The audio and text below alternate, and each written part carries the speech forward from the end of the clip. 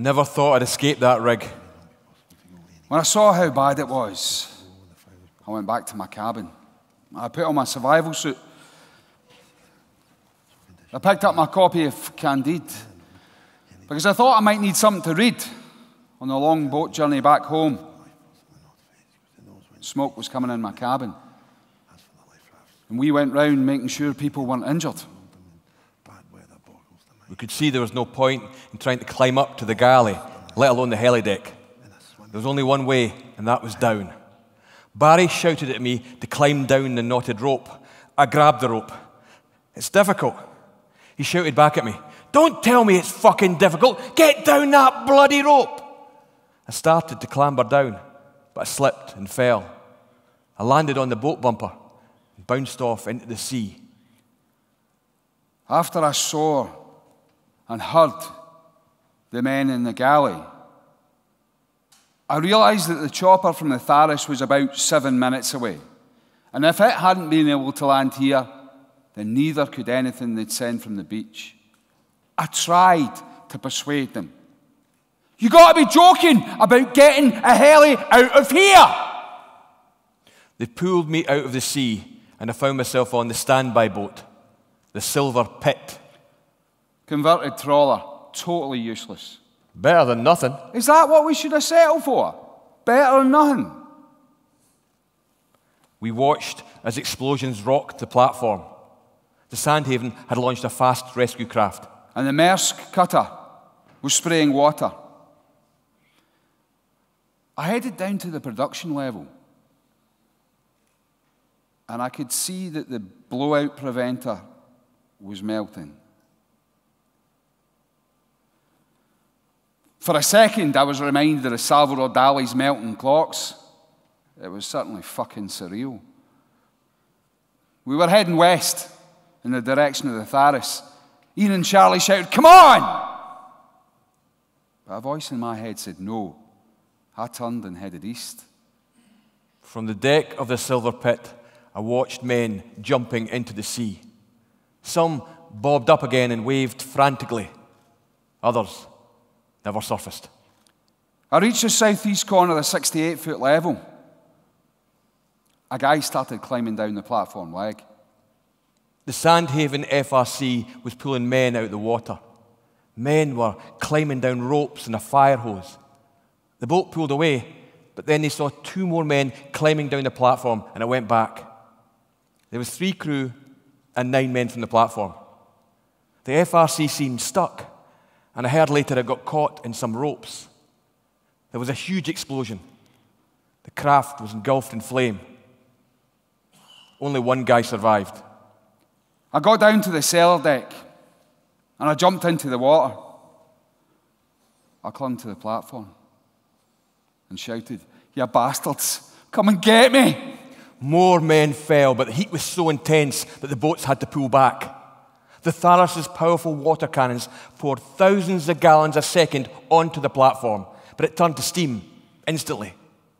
The aluminium walkway that should have connected it to Piper took an hour to extend.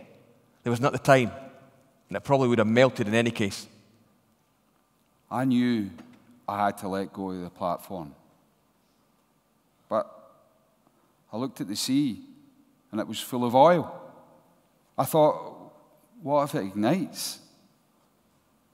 But I let go.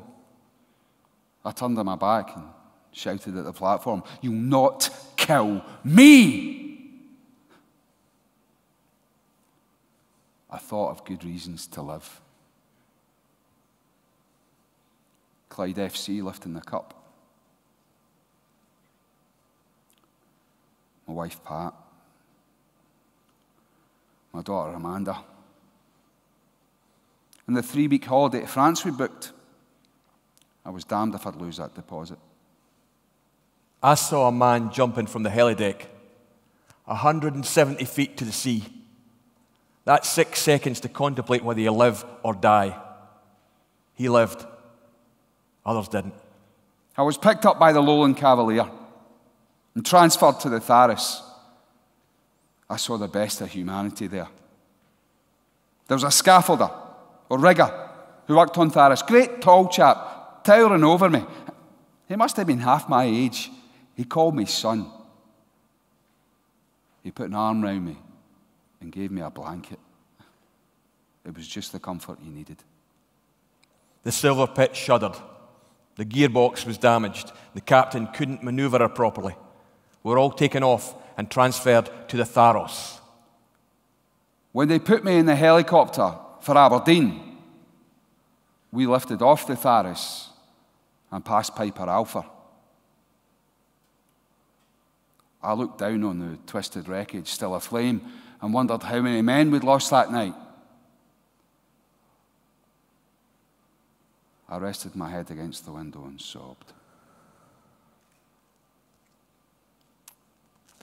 You know, Bob, Occidental had predicted that disaster. I wish I'd seen that report at the time. I'd have got myself a job as a sparky on a building site, somewhere nice and dry. It was just after the 1984 fire where they all evacuated safely. The onshore safety superintendent knew we'd had a lucky escape.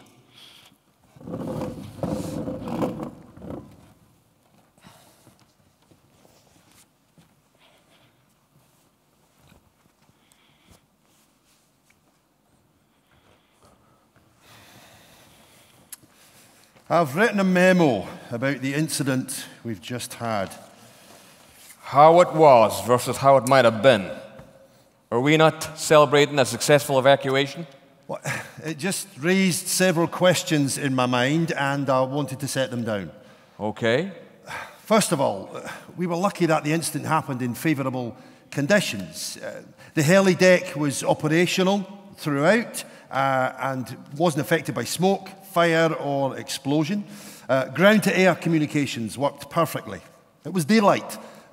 Weather conditions were fine for helicopter operations, and there were plenty of choppers in the area. Refueling wasn't a problem. The Tharos was 500 feet away. Just a moment. Apart from the weather and time of day, all other things are constant. We have good comms, and there are always helicopters in attendance. But the heli deck could be damaged in an explosion. Unlikely. But theoretically possible. Okay, theoretically. Let me postulate a different situation. Right? It's nighttime. The wind is northwesterly. A sea and swell of 50 to 70 feet. Temperatures below freezing. The standby vessel is 4 miles away to the southwest. The Tharos is not available. Why would it not be available? I'm just offering another scenario. A worst-case scenario? Yes, exactly. So conditions are not suitable for helicopters to land, or the heli deck is unusable.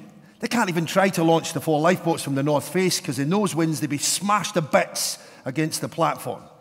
And as for the life rafts, how you even begin to partially load them in bad weather boggles the mind. That's why men are trained before they go out there. In a swimming pool. How you get into a raft in a 50-foot sea, I've no idea. A young fit man might just about manage, but anyone overweight or unfit would have no chance. If all these factors came together in one huge coincidence, what would you suggest is done? Have an alternative heli deck. There is no room for an alternative heli deck. Also, accept that it may not be possible to go anywhere and provide a safe place to go until the fire is brought under control. The muster point is the galley. Which is not a safe place.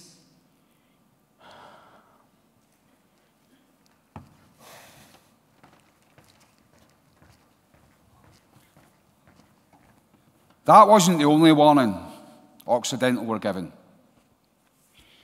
Their own people wrote a memo saying, if there's a high-pressure gas fire on the cellar deck, it would be virtually impossible to fight. And the protection systems would not be effective in providing the cooling needed. Exactly what happened. And they commissioned a report that concluded that if there was an oil or gas pipe rupture, nothing could be done on the platform to stem the flow, which could go on for hours. They knew. They bloody knew it could happen. And they did nothing. The probability of such an event where all the systems failed, and that such a scenario would occur was so low, it was considered it would not happen. If you can imagine it, it can happen.